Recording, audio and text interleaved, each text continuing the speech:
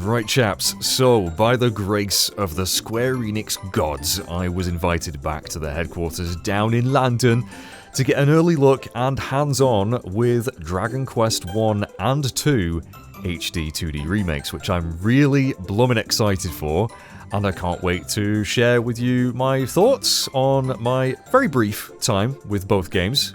I want to say we had about 20 to 25 minutes on Dragon Quest 1 and probably about the same on Dragon Quest 2. So yeah, not a whole lot, but definitely enough time to get a feel for them. And quite honestly, there's some very interesting and surprising additions that I've noticed already, specifically with Dragon Quest 1 that we'll get to in a minute. Now, of course, if you're like me and you did play Dragon Quest 3 Remake last year, which was phenomenal by the way, you might be forgiven for thinking that 1 and 2 are going to be largely similar, and you would be right. Not that that's a bad thing, but they have the same graphical style, right, the HD 2D, which looks absolutely gorgeous. I seriously can't believe how pretty these games are. So they didn't really need to tweak that. Well, they might have added like some extra grass waving about in some of the battle screens, I'm not sure, but it looked really good. And the orchestral music as well is still stunning, and I must admit, hearing some of the Dragon Quest 1 and 2 music tracks in that glorious new form was quite special. Oh, and the footage you're seeing, by the way, is the most recent trailer. Sadly, we weren't allowed to capture any footage, so you've probably seen all this before, but you kind of know what to expect visually. But yeah, let's get into the meat and potatoes. So one thing they've added is the ability at any time in battle to check the enemy information.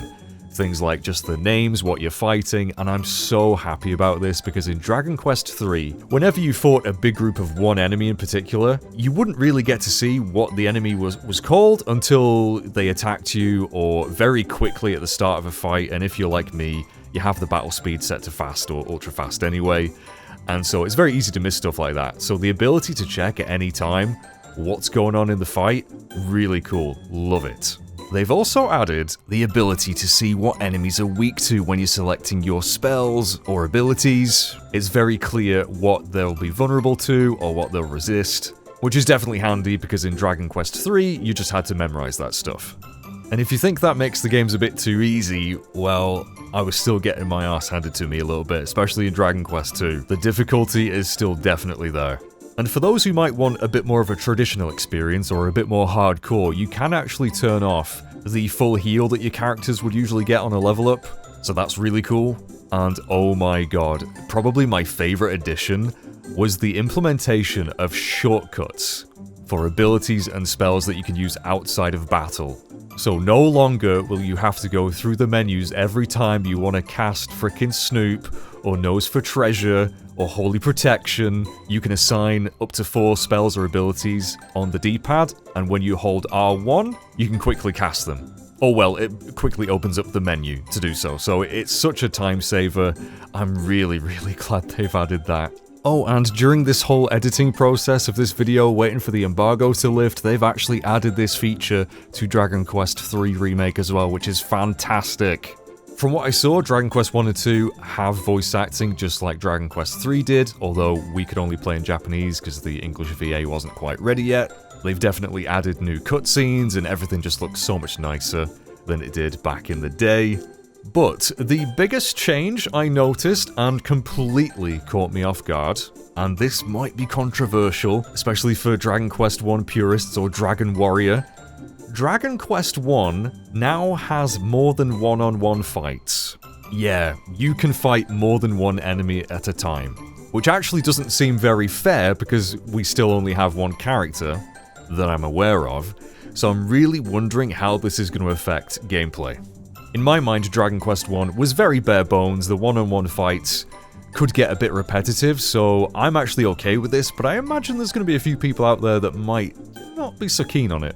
Playing Dragon Quest 2 as well, I know there's a lot of speculation about possible new party member in that game, but I didn't see any evidence of that, although I certainly wouldn't be surprised.